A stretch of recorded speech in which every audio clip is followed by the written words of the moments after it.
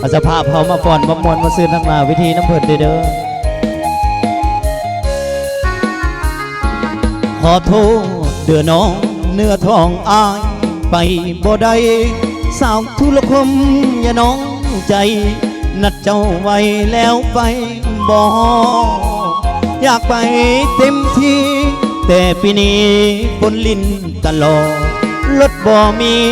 บอนสิจอดได้แต่สอดสายตาแน่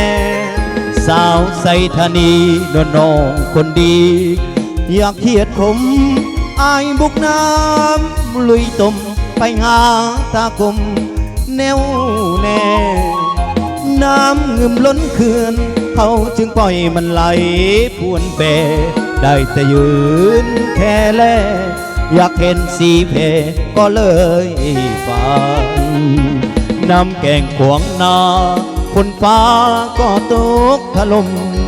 น้องสาวเมืองแก้วอุดมอย่าได้จมเลยน้อนาอยากไปหานางแต่น้ำท่วมลัดลิ้นทางอายก็เลยไขว่ควงหมดความหวังจะไปพบพาสาวเมืองเวียงคำนวลน้องคนงามอย่าคำควรจะไปหาเนื้อนวลตามขับมันสัญญามือใดน้ำลงเฮาคงสิได้สบตาหนุ่มหอมเป็นละขอฝากเพลงมามอบให้การดาเป็นกำลังใจ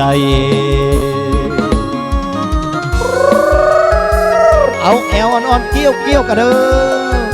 เกี้ยวแล้วก็ยิ้มใส่กันเด้อพี่น้องเนาะเยอะ